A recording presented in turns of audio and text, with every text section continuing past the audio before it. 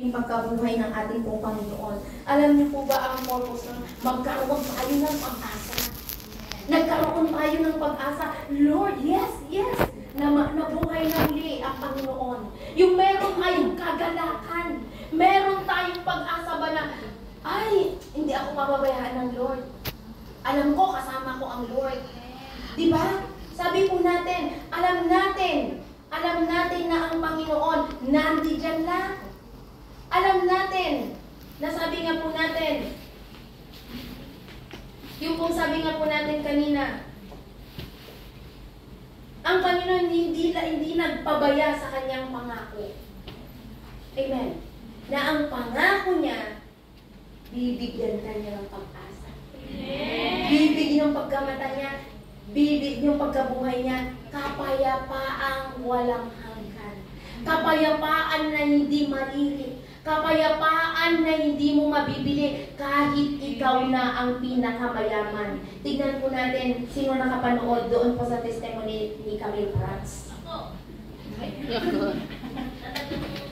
Present. Diba ang ganda? Amen. Wala sa mayaman, wala sa mahirap sa pagtanggap sa pagmamahal ng ating pong Panginoon. Nakita niya yung hirap ng Panginoon nung siya ipako sa krus ng Kalbaryo. Nakita niya noong ikatlong araw na muling pagkabuhay ng ating Panginoon Jesucristo, na dahil doon ang kadahilanan ng kanyang pagkamatay at pagkabuhay ay magkaroon ang pag-asa ang sanlibutan. Amen. Praise the Lord. Sabi po dito, yung pagkabuhay ng Panginoon, eto, yung assurance na, sabi po niya dito, His resurrection assure us that our future is safe and secure. Yung kanyang pagkabuhay na muli, yun po yung assurance po natin na tayo ay safe and secure. If, may if na naman doon, kung patuloy kang nananatili sa Panginoon. Pero kung hindi ka nananatili sa Panginoon, sorry mga kapatid. Sorry talaga. Walang assurance yung salvation. Wala ka sa book of life. Hallelujah. Pangatlo, patapos po tayo. Eto yung hindi pa tinutupad ng Panginoon. Malapit na niyang tuparin. Malapit na sabi ko, the three powerful promises of God. The birth of Christ, the death and resurrection of the Lord Jesus Christ. Ang pangatlo, hindi pa niya natutupad.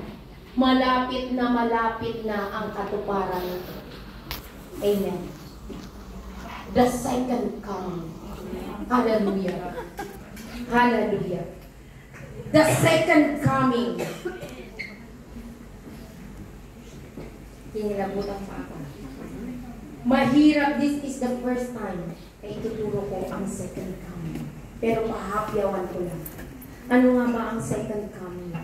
Ano nga ba ang napapaloob sa salitang muling pagbabalik ng Panginoon? Amen. Hallelujah, Lord Jesus. Hallelujah, Lord God. Maghanda po tayo at may gagawin ng Diyos. Hallelujah. Kumanda po na tayo. Buksan po natin ang ating mga puso.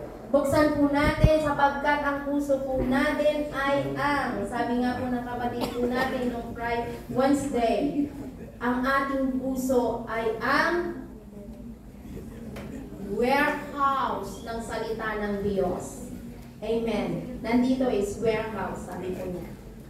Amen. Ano po ang sabi po ng tingnan po natin ang 2 Peter chapter 3 verse 9 to 13. Basahin po natin ng taimtim. Basahin po natin, intindihin po natin ang second coming. Ano nga ba ang second coming? Ang pangako ng ating pong Panginoon, ipapanganak ang maipapako sa krus ng Kalbaryo, naganap na.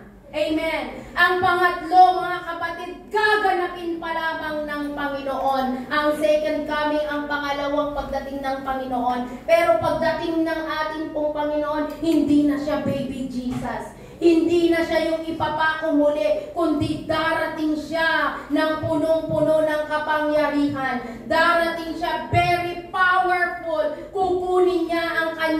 pinili. Kukunin niya ang nanatili hanggang wakas. Kukunin niya